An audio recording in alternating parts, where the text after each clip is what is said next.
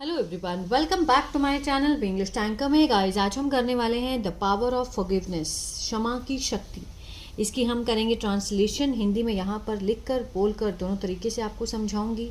Structure को भी समझेंगे जो कि बहुत ही इंपॉर्टेंट है किसी भी रीडिंग को समझने के लिए। वीडियो अगर अच्छा लगे तो प्लीज़ लाइक करें, कमेंट करके ज़रूर बताएं कैसा लगा, और बेल आइकन को प्रेस करना मत भूलें ताकि ऐसी वीडियो आपको मिलती रहे। द पावर ऑफ फॉरगिवनेस, क्षमा की शक्ति। Forgiveness is one of the greatest qualities a person can have.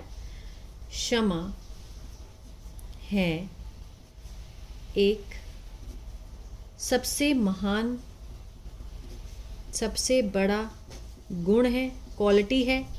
A person, जो एक व्यक्ति के पास हो सकती है। ठीक है, एक सबसे बड़ा गुण है जो एक व्यक्ति के पास हो सकता है, वो है क्षमा। When someone, अब देखिए यहाँ पर इज लगा है, ठीक है, सिंपल सेंटेंस है, कोई भी इसमें एक्शन नहीं है, बस बताया गया है कि फॉरगिवनेस एक है, क्या है, एक सबसे बड़ा गुण है। अ पर्सन कैन हैव, जो एक इंसान के पास हो सकता है। कैन लगा है, सकता है का सेंस आएगा। When someone hurts you, जब कोई,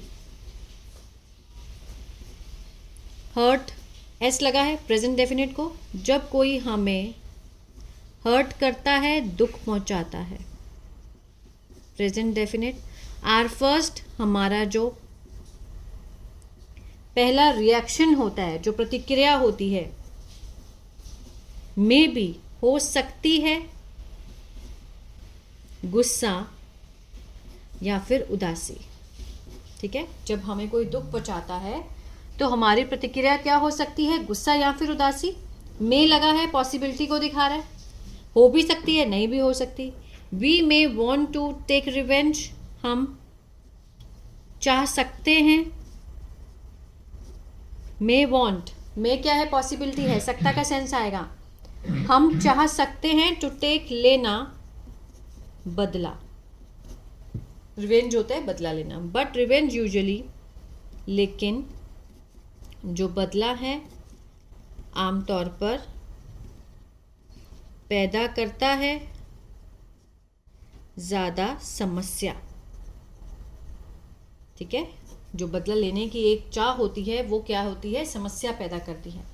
forgiveness helps us let go of anger, क्षमा हमारी मदद करती है जाने देने में गुस्से को। लेट गो ऑफ एंगर, गुस्से को जाने देने में मदद करती है। ब्रिंग्स पीस, ब्रिंग होता है लाना, एस लगा है, प्रेजेंट डेफिनेट, लाती है शांति हमारे दिमाग में। बहुत कम लोग ऐसा कर सकते हैं कि जब उनको गुस्सा आए और वो शांत रहें, बहुत कम, 100 में से 90। It doesn't mean that we agree with the wrong action और forget what happened. It doesn't mean, does not के साथ फर्स्ट फॉर्म है, प्रेजेंट इंडेफिनिट का नेगेटिव है। ठीक है, तो इसका मतलब यह नहीं होता कि दैट वी अग्री, कि हम सहमत होते हैं विद द रॉन्ग, गलत कामों से। ठीक है, और फॉरगेट, और भूल जाते हैं, व्हाट हैपेंड, जो हुआ। इसको मैं दोबारा समझाती हूँ आपको।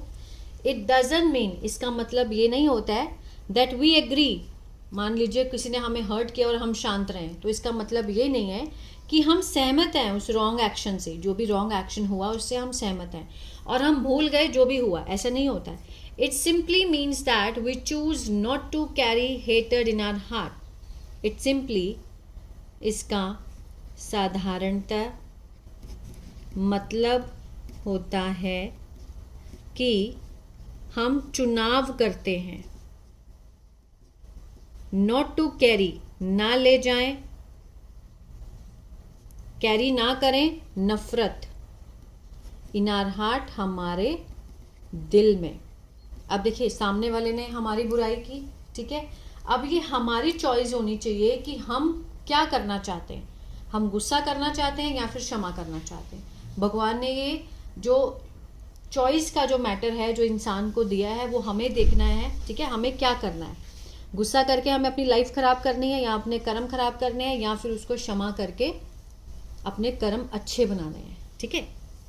फॉरगिविंग समवन, क्षमा करना किसी को, can make us emotionally stronger, बना सकता है हमें भावात्मक रूप से मजबूत, ठीक है। इट हेल्प्स अस, यह मदद करता है हमारी मूव फॉरवर्ड, आगे बढ़ने में, इंस्टेड ऑफ की बजाय, किसकी बजाय, thinking about the past again, सोचना पास्ट के बारे में, मीन्स भूतकाल के बारे में दोबारा, ठीक है। पास्ट के बारे में सोचकर क्या होगा, जो हो गया वो हो गया, उसको कोई चेंज नहीं कर सकता है, ठीक है। अगर हम किसी को क्षमा करते हैं, फॉरगिव करते हैं, तो हम आगे बढ़ते हैं, instead of thinking about past again and again, दोबारा बार बार से। Sometimes the person who hurt, कभी कभी द पर्सन, वो व्यक्ति, अब ये हु है, इसका मीनिंग कौन नहीं है, ये व्यक्ति के बारे में एक्स्ट्रा इन्फॉर्मेशन है, मीन्स जो हर्ट अस, जो हमें दर्द देता है या फिर दुख देता है, मे नॉट इवन रियलाइज, ठीक है, यहाँ तक कि मे नॉट मीन्स उसको एहसास नहीं हो सकता, उसको एहसास नहीं हो सकता, how much pain they caused, कि कितना दर्द जो है वे कारण बने हैं, कितने दर्द का कारण बने हैं वो। हु क्या है, रिलेटिव प्रोनाउन है, एक्स्ट्रा इन्फॉर्मेशन दे रहा है किसके बारे में, व्यक्ति के बारे में, व्यक्ति जो हमें दुख देता है, हर्ट करता है हमें, मे नॉट इवन रियलाइज, उसको एहसास ही नहीं होता कि how much pain they caused, कि वो कितने दर्द का कारण बने हैं। बाय फॉरगिविंग, क्षमा करके, we take control of our own, हम लेते हैं नियंत्रण अपने आप पर, ओन फीलिंग, अपनी भावनाओं पर, इंस्टेड की बजाय, अलाउइंग एंगर टू कंट्रोल अस, ठीक है, कि मीन्स गुस्सा जो है वो हमें कंट्रोल करे, हमें नियंत्रण, कितनी बड़ी बात है, बहुत बड़ी बात है अगर आप इस चीज़ को समझ पाएं, कि means we take control of our own feeling, हम अपनी भावनाओं को कंट्रोल करते हैं क्षमा करके, किसकी बजाय, कि हम गुस्से को अलाउ करें कि वो हमें कंट्रोल करे, है ना। Forgiveness can also improve relationships, क्षमा सुधार सकता है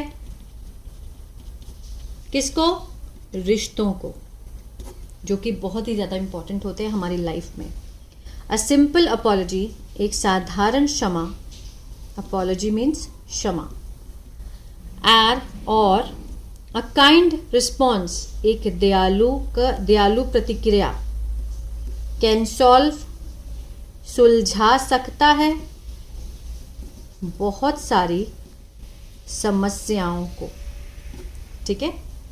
एक सिंपल अपॉलॉजी कि आप सॉरी बोल दो, सामने वाले का गुस्सा अपने आप कम हो जाता है। एक kind response can solve many problems. आगे देखते हैं। हालांकि फॉरगिवनेस, क्षमा, डज नॉट मीन, ठीक है, क्षमा का मतलब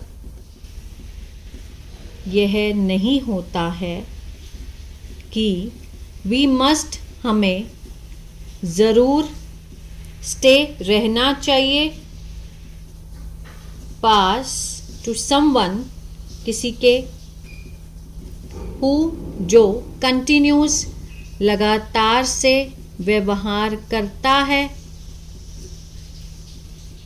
हमसे बैडली, बुरी तरह, इसको समझते हैं। हालांकि जो फॉरगिवनेस है, डज नॉट मीन, इसका मतलब ये नहीं होता that we must stay close to someone, कि सामने वाला हमें हर्ट कर रहा है और हम लगातार से उसके क्लोज रहते रहें, चाहे वो हमसे कितना भी व्यवहार करे बैडली, है ना। We can forgive and still keep healthy boundaries. We can forgive, हम माफ कर सकते हैं